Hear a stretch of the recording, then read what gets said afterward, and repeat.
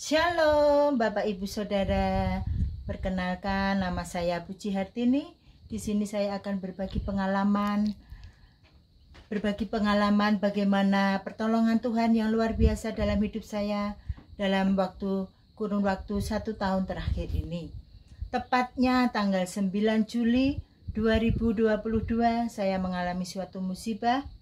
Waktu mau menyeberang ke mall untuk belanja, saya ditabrak oleh pengendara motor dan tiba-tiba saya sempat pingsan, tidak sadarkan diri, dan saya tersadar dari pingsan. Saya sudah berada di dalam mobil ambulan dan saya melihat tangan saya sudah diinfus dan kepala saya mengalami hitting 8, dan sambil menunggu keluarga juga tim medis yang akan membawa saya ke rumah sakit, saya merasa sangat takut karena Bapak Ibu Saudara perlu tahu, saya belum pernah, dan waktu itulah pengalaman saya pertama kali diinfus dan kepala saya dihiting itu. Nah, waktu saya dibawa ke rumah sakit, tiba di rumah sakit, ditangani oleh tim medis, saya sempat dibawa ke ruang khusus untuk kepala saya di CT scan karena kekhawatiran para medis saya mengalami pendarahan di otak saya. Karena saya juga waktu itu sempat mual juga, mengalami mual. Sesampainya di ruangan, saya sudah diperiksa dan di ronsen juga. Setelah itu saya kembali ke kamar UGD sebelum mendapatkan kamar khusus, kamar perawatan untuk saya pribadi. Waktu itu tim Mami Linda datang bersama rombongan. Waktu itu mereka baru saja pelayanan di lereng gunung, Bapak Ibu, dan malam itu juga mendoakan saya. Saya yakin, saya tambah percaya diri, saya yakin Tuhan pasti menolong saya waktu itu, malam itu juga. Tapi saya juga ada rasa takut yang luar biasa dalam diri saya pribadi. Kenapa? Saya juga bertanya-tanya, kenapa hal ini bisa terjadi dalam diri saya. Tapi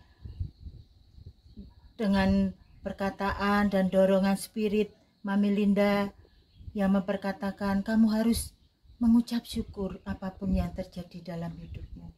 Dan sejak saat itu, malam itu juga, saya juga senantiasa mengucap syukur karena apapun dalam hidup saya yang saya alami, saya yakin dan percaya ada kuasa Tuhan, ada rencana Tuhan yang indah dalam hidup saya. Saya yakin dan percaya. Dan setelah itu saya dirawat di ruang perawatan dan salah satu keponakan saya menjaga di situ, dan dokter, atas saran dokter, saya diharuskan tidak untuk turun dulu, untuk istirahat total di dalam kamar itu, Bapak Ibu Saudara, dan di tempat tidur. Tapi saya malam-malam saya merasakan ingin ke kamar mandi untuk buang air. Waktu itu saya dijagai oleh keponakan saya. Keponakan saya juga mengingatkan, Bule jangan dulu, nanti kalau ada perawat atau dokter yang jaga bisa dimarahi loh. Tapi karena saya sudah terlalu kebelet istilahnya, saya kepingin buang air, saya minta tolong dengan sangat kepada ponakan saya untuk mengantar saya sampai di kamar mandi. Akhirnya saya sudah berhasil membuang air dan saya kembali. Tahu-tahu ada dokter masuk, dokter untuk memeriksa saya. Aduh, saya dimarahi Bapak Ibu Saudara yang luar biasa. Saya sampai takut juga. Ibu ini gimana? dibilang nggak boleh turun kok nekat turun. Nanti kalau lebih parah gimana itu Ibu? Saya diam saja Bapak Ibu Saudara. Tapi saya di dalam hati saya percaya bahwa Tuhan yang saya sembah, Tuhan Yesus Kristus, akan menolong saya. Dan itu terjadi 3 hari kemudian. Dokter kembali memeriksa saya dan puji Tuhan, mukjizatnya nyata. Saya tidak mengalami yang selama ini saya takutkan. Tapi saya yakin dan percaya itulah pertolongan Tuhan dalam hidup saya yang luar biasa. Memang merasakan sakit, tangan sebelah kanan pun juga sakit untuk diangkat waktu itu. Sempat beberapa minggu baru bisa diangkat. Diangkat pun tidak bisa penuh saudara. Bapak Ibu Saudara, hanya separuh begini. Tapi saya terus berdoa, saya terus memperkatakan yang dikasih tahu Mami Linda untuk senantiasa mengucap syukur dalam segala hal. Saya juga berdoa dengan sungguh-sungguh.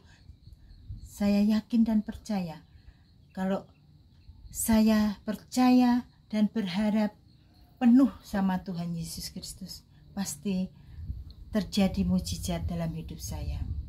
Benar Bapak Ibu Saudara, waktu itu 5 hari saya sempat dirawat di rumah sakit, dan hari kelima saya diizinkan pulang oleh dokter.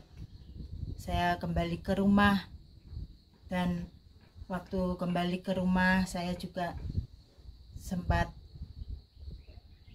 ya namanya manusia ya Bapak Ibu Saudara, dan saya sudah 4 tahun ditinggal oleh almarhum suami, dan saya harus bekerja sendiri dengan usaha kos-kosan. Waktu itu ada kos-kosan 9 kamar, tapi yang terisi cuma 2 Bapak Ibu Saudara. Tapi saya juga bersyukur waktu itu juga Tuhan Yesus memberi saya kekuatan yang baru. Waktu saya berdoa, waktu itu saya masih ingat, itu hari Sabtu, saya dapat ayat. Saya waktu membaca Alkitab, saya mendapatkan ayat di Lukas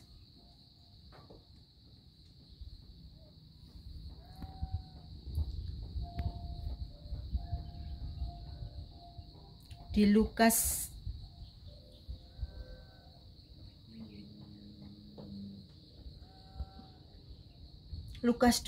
ayat 7. Begini bunyinya Bapak Ibu Saudara. Bahkan rambut kepalamu pun terhitung semuanya. Karena itu jangan takut, karena kamu lebih berharga daripada banyak burung pipit. Saya percaya Tuhan yang saya sembah akan memberi pertolongan tepat pada waktunya. Saya mengucap syukur dan saya menaikkan pujian malam itu juga, dan Tuhan jawab satu persatu. Besoknya ada pertolongan Tuhan melalui seorang anak dari Tegal Bapak Ibu Saudara, yang secara tidak langsung melihat kamar kos kami, dan akhirnya dia setuju untuk tinggal di rumah kami. Anak ini kuliah di Undip. Saya bersyukur dan saya tambah yakin pertolongan Tuhan akan dari hari ke hari akan bertambah. Dan selang 1 minggu kemudian ada 5 orang lagi yang datang dari beberapa daerah dari Jawa Tengah ini untuk masuk dan mengambil tempat kami untuk mereka tinggal menjadi anak kos di rumah kami. Saya bersyukur sekali, dan 2 hari kemudian ada 1 anak lagi yang datang, dan itu semua sampai bisa penuh 9 kamar. Itu kalau bukan pertolongan Tuhan dalam hidup saya, pribadi hidup saya yang luar biasa, saya tidak mungkin bisa mendapatkan ini semua Bapak Ibu Saudara. Tapi di sini saya bisa belajar bahwa kalau kita percaya dan berharap penuh kepada Tuhan. Dan saya mau beritakan di sini juga, selama ini saya juga melayani Tuhan. Saya membantu timnya Mami Linda untuk melayani di dusun-dusun, di lereng-lereng gunung, di mana Mami Linda mendapat pelayanan. Di situ saya juga hadir, menolong dan menemani Mami Linda senantiasa. Di sini Bapak Ibu Saudara, saya bisa mengambil pelajaran kalau kita mengutamakan Tuhan, melayani Tuhan lebih dulu, pasti Tuhan menjawab setiap pergumulan doa-doa kita.